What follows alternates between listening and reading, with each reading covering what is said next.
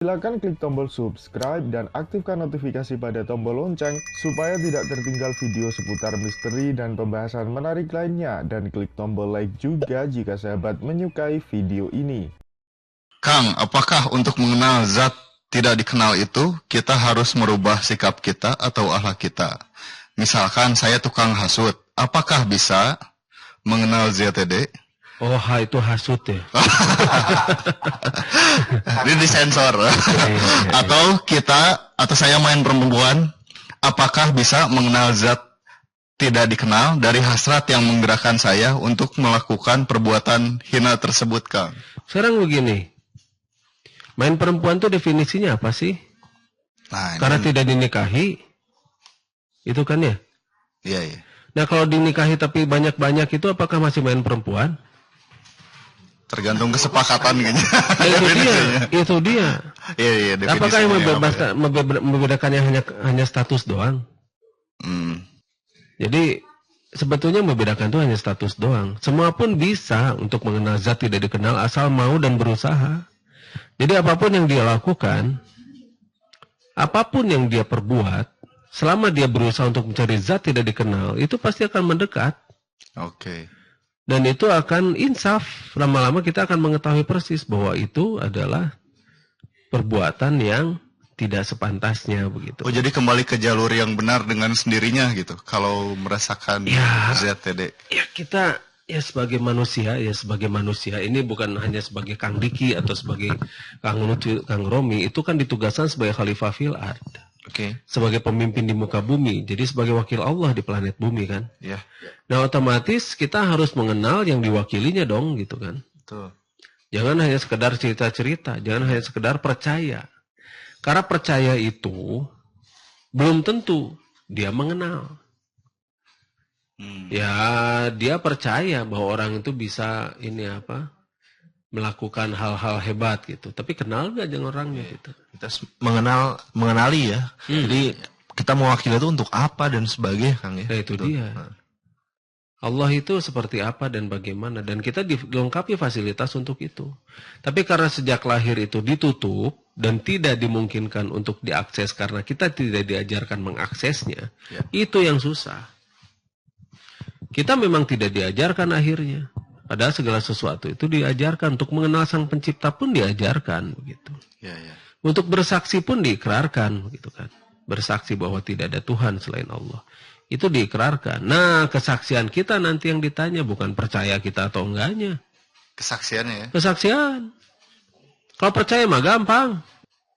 Kita bersaksi kan. Nah, bersaksi itu yang susah.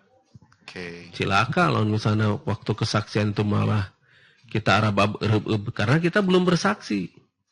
Emangnya hanya mengucapkan 2 kalimat syahadat itu sudah dijamin?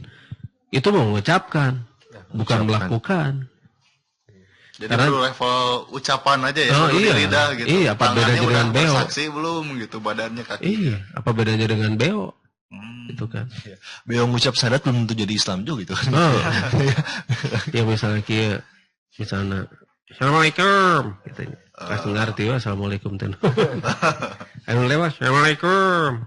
Cewek. Diajarkan itu beo pun meneladani. Kan kita juga begitu kan, diajarkan, akhirnya kita membeo. Jadi ada istilah membeo itu memang membeo. Tuturut jelema gitu.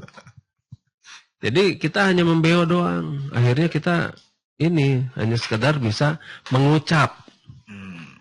Ya inilah misalnya kita menghafal penghafal mushaf.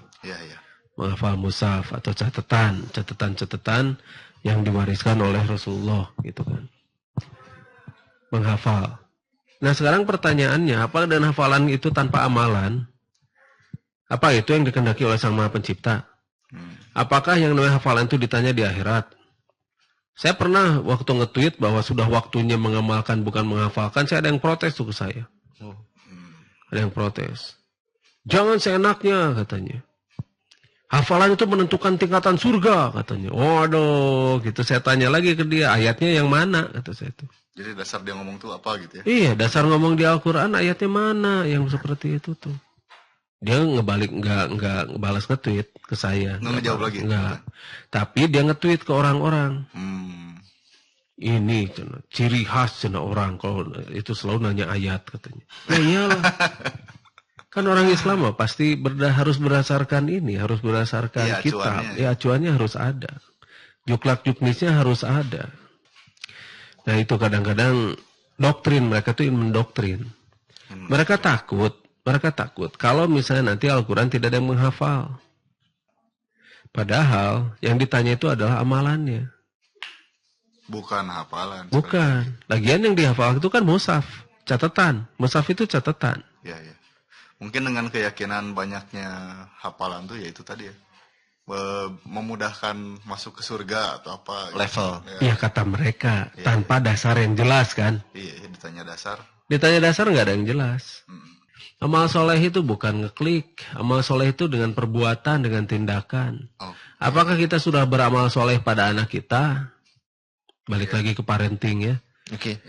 Apakah kita sudah beramal soleh pada anak kita atau kita hanya menuntut anak kita biar soleh pada orang tua? Kan itu timbal balik. Saya jadi ingat kan kalau misalnya kan ada kalau orang tua mengajarkan kepada anaknya dan anaknya melakukan setelah orang tua meninggal, kan itu ada istilahnya pahala istilahnya Kang ya. Korelasi ya. Atau ada hubungannya. Jadi misalnya yang meninggal itu satu dari anak ini ilmu yang bermanfaat. Ilmu bermanfaat. Amal jariah dan anak yang soleh. Nah itu kan maksudnya. Nah ilmu yang bermanfaat selama ini yang dilakukan oleh yang meninggal itu ilmu yang seperti apa? Yang diajarkan pada anaknya atau pada orang lain, pada umum gitu kan. Terus kedua, ini amal jariahnya. Amal jariah itu dari kemampuan dianya gitu kan. Ketika dia bisa memberikan sesuatu untuk umat. Kemudian anak yang soleh, anak yang dapat warisan segala macam dari dia dan memanfaatkannya di jalan Sang Maha Pencipta. Nah itu yang akan membentuk warka terus. Itu zat antaruh namanya itu. Oh zat antaruh, oke. Nah zat antaruh itu yang akan membanyak terus. Karena manusia itu ya ada ininya, ada hubungan satu dengan yang lain dan bergelombang. Terkoneksi gitu. Terkoneksi, iya. Kalau misalnya perbuatannya itu tidak ikhlas, misalnya dia mengharapkan sesuatu, ya udah Tuhan kamu ya itu, ikutin aja itu gitu kan. Jadi harus benar-benar polos, harus benar-benar ikhlas, baru bisa punya zat akselerator antaruhnya itu. Kalau si anaknya udah duluan meninggal Kang, kemungkinannya jadi dapat warkanya dari yang lain Kang, zat antaruhnya Kang ya. Apa yang dia lakukan? Selain, ya misalnya kan kalau orang tuanya, ada pemikiran Kang ya. Iya. Nah kalau misalnya anaknya meninggal duluan, nah itu apa yang dia lakukan si anaknya? Dan apa yang dilakukan si anaknya? Selama ini dilakukan anaknya. Bisa dilakukan anaknya ke orang tua gitu kan. Orang tua yang soleh bisa jadi poin. Oke. Kang, saya punya adik laki-laki usia 7 tahun. Dia orangnya pendiam, tapi sering dijaili bahkan disakiti sama teman-teman di lingkungan tempat tinggal maupun sekolah. Tapi meskipun dijaili atau disakiti, bahkan pernah perutnya dipukul. Adik saya tidak membalas perbuatan mereka dan diam saja. Kira-kira apa yang harus saya lakukan agar adik saya tidak dijaili lagi? Terima kasih. Begini, dia diam itu bukan berarti dia tidak melawan. Bisa jadi dia merencanakan sesuatu, nanti akan membalas dendam. Buat strategi kan gitu. Iya. Jadi, kalau kata saya sih, itu bisa ada dua kemungkinan. Satu, dia orang yang sabar, memaklumi, dan cinta damai. Kedua, dia psikopat. Gimana? Diam aja, diam gitu. Nanti lama-lama dia akan merencanakan sesuatu untuk membalas dendam. Langsung gitu ya. Ya belum tentu sama tangan dia. Bisa aja dia nyuruh tangan yang lain. Gitu kan. Sebagai kakak gimana tuh Kang? Sebagai kakak mudah-mudahan dia orang cinta damai. Dia lebih mengalah. Seperti Rasulullah. Dia apa-apain cuek. Karena yang mukulinya juga ketika rasa naon gitu. Iya. Dia tidak terganggu gitu sama itu, nggak usah direspon gitu ya. Nggak usah direspon, kayak memaklumi hewan lah gitu kan.